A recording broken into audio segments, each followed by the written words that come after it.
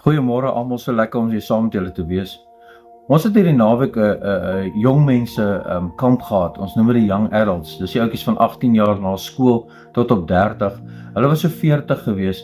Wat 'n wonderlike kamp, en die Here het werklik deurbrake gebring, verlossings gebring en vir die mense gemotiveer vir dit wat vir hulle voorlê, en hulle het hulle harte vir die Here gegee. Maar die belangrikste was, en dit was die naam van die kamp, is om 'n encounter, 'n ontmoeting met die Here Jesus te hê. Hulle moes met hulle harte voorbereid gekom het en gesê, maar Here, ek wil met 'n ontmoeting met U hê. Ek wil hê U moet my ontmoet in my omstandighede, U moet my ontmoet in wat ek deurgaan, Here, maar ek wil U ontmoet as my Vader en my saligmaker, wat Jesus het in die kruis vir my gesterf. En elkeen van hulle moes daai besluit neem en sê, ek wil 'n ontmoeting met die Here hê.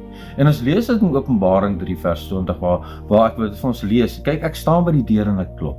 As iemand my stem hoor en die deur oopmaak, sal ek by hom ingaan en saam met hom die feesmaal hou en hy saam met my. Die Here staan en wag by die deur, en ons moet elke dag moet ons sê, Here, ontmoet my vandag. Here, die tyd wat ek spandeer saam met U, kom ontmoet my. Ons doen dit nie en sê, ons draai die Here se arm en sê, nee, ek spandeer nou tyd so die Here moet U ontmoet nie. Nee, ons doen dit want ons is in verhouding met die Here Jesus. En hy is ons saligmaker, hy is ons verlosser, hy is ons koning en ons Here.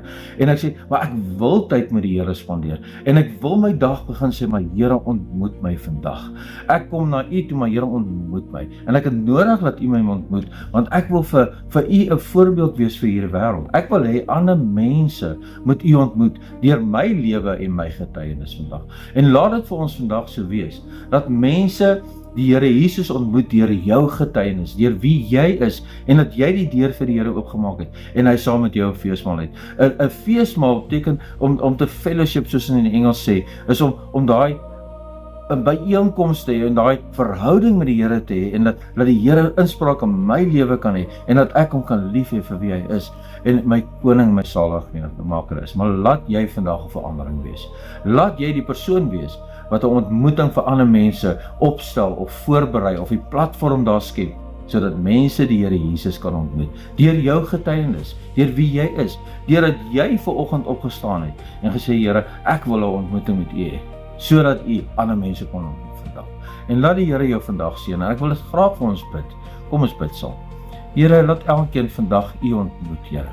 En daai deur vir U oopmaak, dat U saam met hom 'n feesmaal het, Here, maar dat hulle die voorbeeld kan wees om vir ander mense die ontmoetingsplatform te skep, sodat hulle U kan ontmoet, Here. Deur ons lewe, deur ons getuienis, deur wie ons is, Here, dat mense, soos in die Engelsman sê, die encounter kan hê wat ons met U het, Here. En laat ons vandag U goedheid beleef, en Here, laat ons U teenwoordigheid beleef vir wie U is, Here. En ons het U werklik lief, Here. En ons vra, werk hier ons. Seën en salf elkeen vandag, en Here, laat hulle U goedheid beleef, en Here, laat hulle daai ondervinding en daai encounter met U hê. Ek vra dit vandag in Jesus naam. Amen.